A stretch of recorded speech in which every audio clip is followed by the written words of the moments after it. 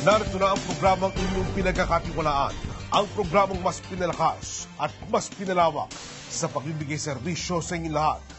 Ngayon ay araw ng Lunes, January 14, 2013. Tugon, aksyon. Ngayon, ito ang Responde. Magandang hapon, ako si Oning Miranda.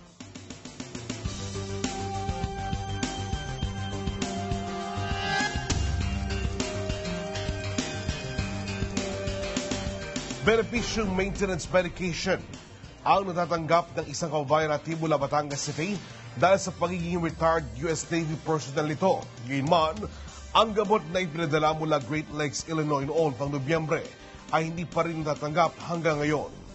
Ito ang kanyang inilapit sa Responde. May 20 dekadang nagserbisyo sa US Navy si Efren Tamanio at nang magretiro ito, pinili nilang mag-asawa na bumalik na ng Pilipinas. At dito sa Sitio Bulihan, Barangay Balete, Batangas City sila kasalukuyang nakatira. Sa loob ng 4 na taon simula nang bumalik sila sa Pilipinas, regular na silang nakakatanggap ng supply ng mga maintenance nilang gamot mula sa US Navy. Libreng napapakinabangan ng mag-asawa ang mga naturang gamot dahil sa pagiging retired US Navy ni Efren. Ang mga gamot ay para sa kanilang allergy, hika, high blood at diabetes na malaking tulong para sa mag-asawang Tamanio. Ayon kay Efren, pinipick up ng kanyang anak ang mga gamot mula sa US Navy at ito na ang nagpapadala sa kanila mula Great Lakes, Illinois, papunta dito sa Pilipinas sa pamamagitan ng US Post Office. At kadalasan, wala pang isang buwan, natatanggap na nila ang mga ipinapadalang maintenance medication. Ngunit sa unang pagkakataon, hindi nakarating sa kanila ang kanilang mga gamot. Ngayon lang naman nagkaroon ako ng problema. Yung primero, dumarating sa akin ng walang problema at saka talagang within a month or less than a month ay dumarating. Ito lang isang ito. Kung bakit ako'y nagtataka. Second week daw ng Nobyembre ng nakaraang taon nang ipadala ng kanyang anak ang mga ito. Ngunit hanggang ngayon, makalipas ang may 2 buwan ay hindi pa rin nila natatanggap ang mga ito. Kailangan ko ang gamot naming mag-asawa. Ito ay pinaghirapan ko ng kung ilang taon kaya gusto ko talagang ma-enjoy ang aking benefit. Just imagine kung hindi dadating yun, I have to buy it from a local drugstore and it will cost me arm and leg maybe.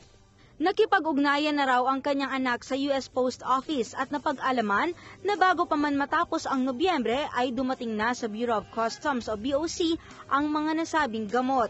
Base sa investigasyon or inquiry ng US Postal Service, pumasok sa Manila Custom ang box noong November 30th, 10:53 ng umaga.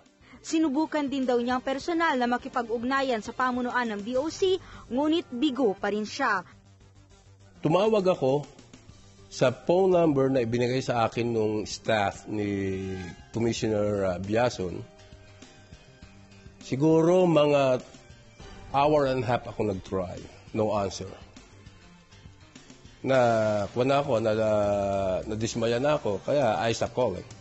Bukod sa malaking abala na sa kanila ang pangyayari, naniniwala si Efren na hindi na dapat pang maulit ang ganito. Unang-una, makuha ko ang gamot ko. Pangalawa, ay gusto ko naman maging malinis ang sistema natin. Hindi lang para sa akin, kundi para sa lahat ng Pilipino. Kinakailangan mayroong taong mag-stand up para maputol na ang mga ganitong. Naninindigan din ang retiradong US Navy na tanging maintenance medication lang nilang mag-asawa ang laman ng nasabing padala. Yung kahong yon ay talagang gamot lang namin ng misis ko para sa maintenance. I could assure that there is no illegal drugs in there. My son has been mailing it to me and this is the first time that it happened. So I could bet my life na walang illegal drugs doon. Ako sa Irene Quintana, ang inyong koresponde.